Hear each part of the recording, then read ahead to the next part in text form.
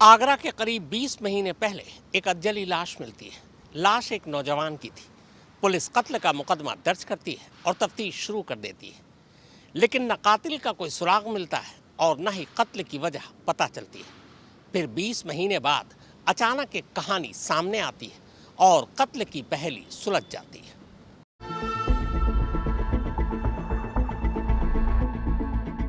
ये तस्वीरें करीब 20 महीने पुरानी हैं। तारीख है 20 फरवरी 2024 और जगह है यूपी के आगरा जिले का मलपुरा गांव। सड़क के किनारे एक खेत के बिल्कुल आखिरी छोर पर बुरी तरह से जली एक इंसान की लाश पड़ी है और साथ ही पड़ा है एक नीले रंग का ड्रम भी। लेकिन आखिर ये शख्स यहां इस हाल में कैसे पहुंचा? इसका कत्ल किसने किया? इसकी लाश यहां किसने जलाई? ये सारे सवाल फिलहाल राज बने हैं। जाहिर है ये कत्ल का एक बिल्कुल ब्लाइंड मामला है, जिसमें कातिल ने सबूत मिटाने के लिए लाश को कुछ इस बुरी तरह से जला दिया है कि उसकी पहचान बिल्कुल नामुमकिन है। कपड़ों की बात छोड़िए, जिस्म का रेशा रेशा जलकर खाक हो चुका है। हालांकि इसके बावजूद आगरा पुलिस गांव वालों से बात करती है और उन्हें इस लाश की पहचान के लिए बुलाती है। तफ्तीश के दौरान ही ये पता चलता है कि इसी मलपुरा गांव से ठीक 2 दिन पहले यानी 18 फरवरी को एक नौजवान गायब हुआ है, जिसका फिलहाल कोई पता नहीं है। नाम है राकेश सिंह। अब पुलिस राकेश के घर वालों को बुलाती है, मगर राकेश के घर वाले भी लाश को देखकर पहचानने से इनकार कर देते हैं। उन्हें नहीं लगता कि ये उनके बेटे की लाश हो सकती है। ऐसे में मामले की जांच कर रही पुलिस भी उलझ कर रह जाती है और तब पुलिस इस लाश का डीएनए टेस्ट करवाने का फैसला करती है। चूंकि राकेश अब भी गायब था, तो पुलिस राकेश के घर वालों को डीएनए सैंपल देने के लिए राजी करती है। डीएनए सैंपल लिया जाता है। इधर पुलिस जले हुए शव से कुछ डीएनए सैंपल इकट्ठा करती है और फिर दोनों को मिलान के लिए फॉरेंसिक साइंस लैबोरेटरी भेज दिया जाता है। और फिर लंबे इंतजार के बाद जब डीएनए रिपोर्ट आती है, तो फिर वही बात निकलती है जिसका शक पुलिस को था।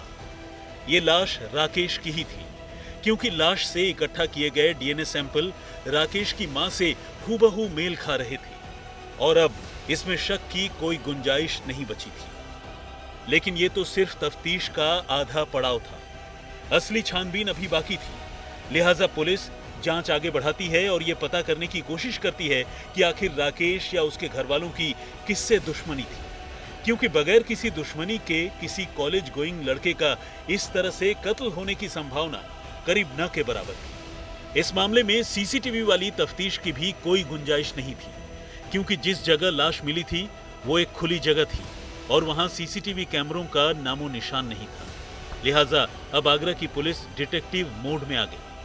पुलिस ने गांव और आसपास के लोगों से गुप्त तरीके से पूछताछ कर इस कत्ल में शामिल संदिग्ध लोगों के बारे में पता किया और इसी कड़ी में उसे रिश्ते में राकेश के फूफा लगने वाले देवीराम के बारे में जानकारी मिली। देवीराम गांव में ही मिठाई की दुकान चलाता था। सूत्रों ने बताया कि देवीराम के साथ राकेश की कुछ दिनों पहले किसी बात को लेकर कहासुनी हुई थी। अब पुलिस ने बगैर देर किए देवीराम को हिरासत में ले लिया और उससे पूछताछ शुरू की।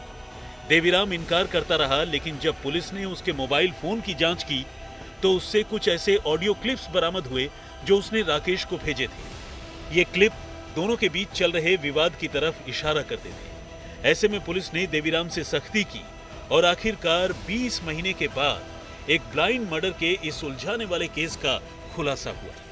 देवीराम गिरफ्तार कर लिया गया। देवीराम ने कत्ल के मोटिव यानी कत्ल करने की वजह से लेकर इस वारदात को अंजाम देने का जो तरीका बताया, वो भी कम हैरान करने वाला नहीं था। देवीराम ने खुलासा किया कि राकेश ने उसकी बेटी के कुछ आपत्तिजनक वीडियोस शूट कर लिए थे और वो उसे लगातार ब्लैकमेल कर रहा था। ये वीडियो राकेश ने उसकी बेटी के नहाते हुए हालत में धोखे से शूट किए थे, जिससे वो राकेश से गुस्से में था और उसने इस वारदात को अंजाम दिया।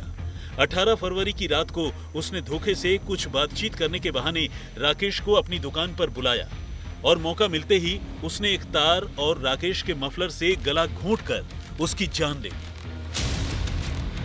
लड़का गायब था उसकी कोई भी शिनाख्त नहीं हो पा रही थी, कोई उसका पता नहीं चल पा रहा था।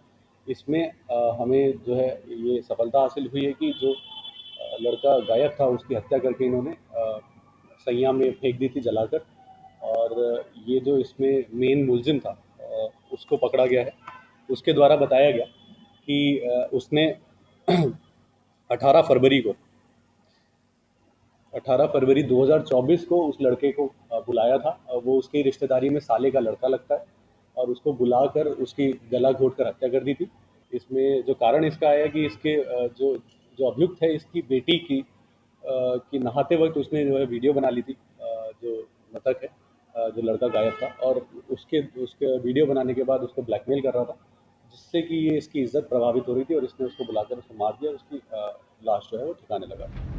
इसके बाद उसने अपने एक भतीजे को लाश ठिकाने लगाने में मदद करने के लिए बुलाया और दोनों ने मिलकर पहले एक नीले रंग के ड्रम में राकेश की लाश भरी और फिर उसे लोडर में डालकर गांव के बाहर खारी नदी के पास लेकर गए। वहां पेट्रोल छिड़ककर लाश को आग लगा दी और राकेश का मोबाइल फोन और बाकी चीजें वहीं नदी में फेंककर फरार हो गए। देवीराम मृतक राकेश को ड्रम में भरकर लोडर टेम्पू से इसी खेत में लाया था, और इस जगह पर, ये जो जगह दिख रही है, इस जगह पर यहाँ ड्रम रखा था, उसमें पेट्रोल छिड़का था। पेट्रोल छिड़कने के बाद यहाँ पर आग लगाई थी।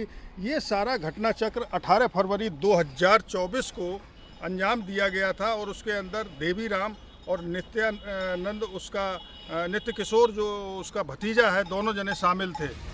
अरविंद शर्मा, आगरा, आज तक।